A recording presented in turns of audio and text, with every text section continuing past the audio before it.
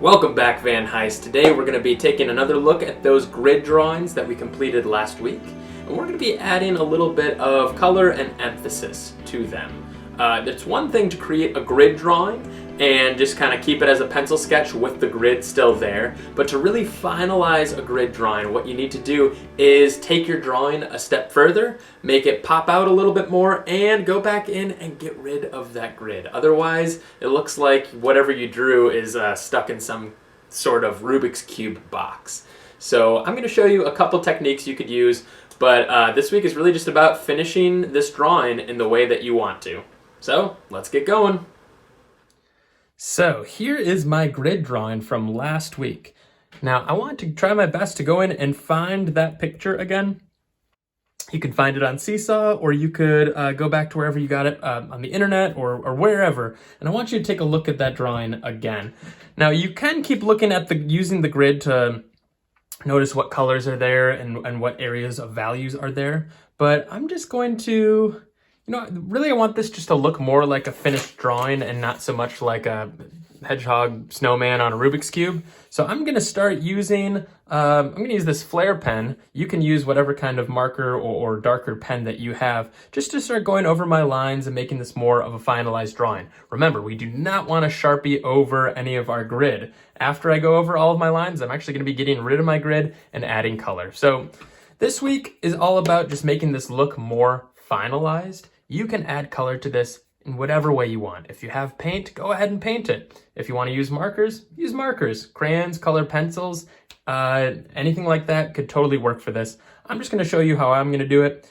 And I've got my photo in front of me, and here I go.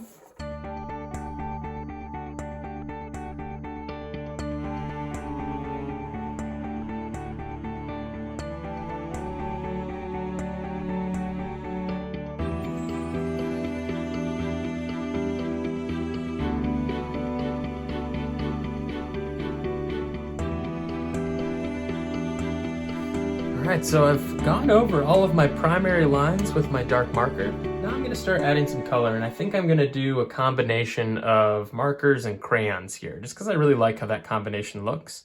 And then before I do that, though, I do want to try my best to get rid of some of these grid lines, so I'm not coloring on top of them. So I'm just going to try to remove them a little bit with my pencil eraser.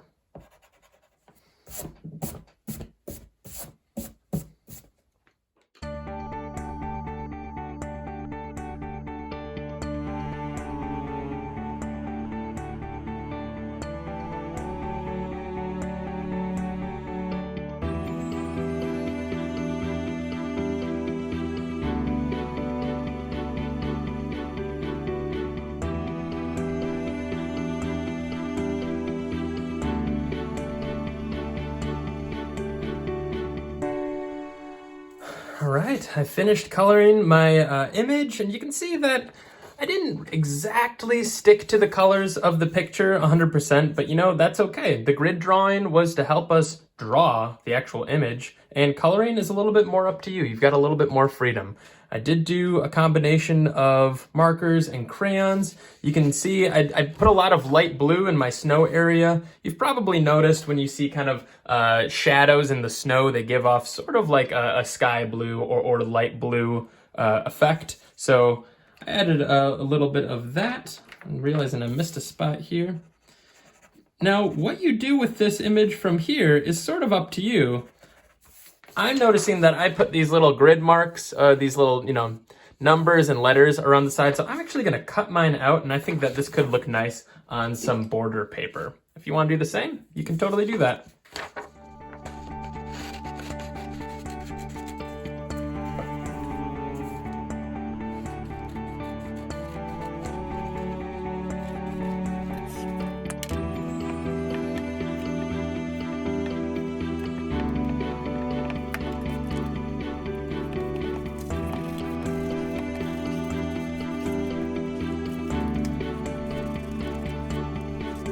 And there you have it.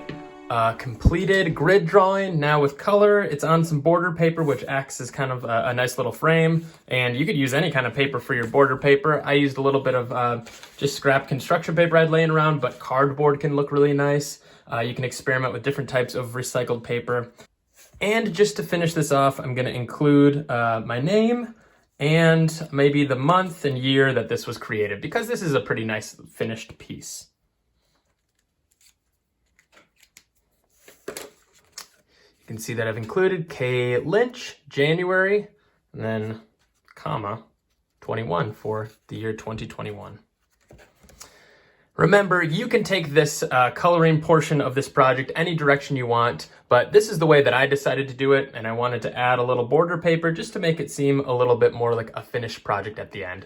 This could now be a really nice piece to put in a frame, on the fridge, put on the wall, really somewhere that you can, display it.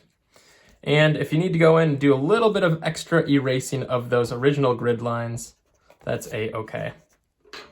All right, Van Heist, I can't wait to see your finished products. From what I saw last week of your drawings, they're looking great so far, so enjoy the second step of our grid drawing lesson. We'll see you next time.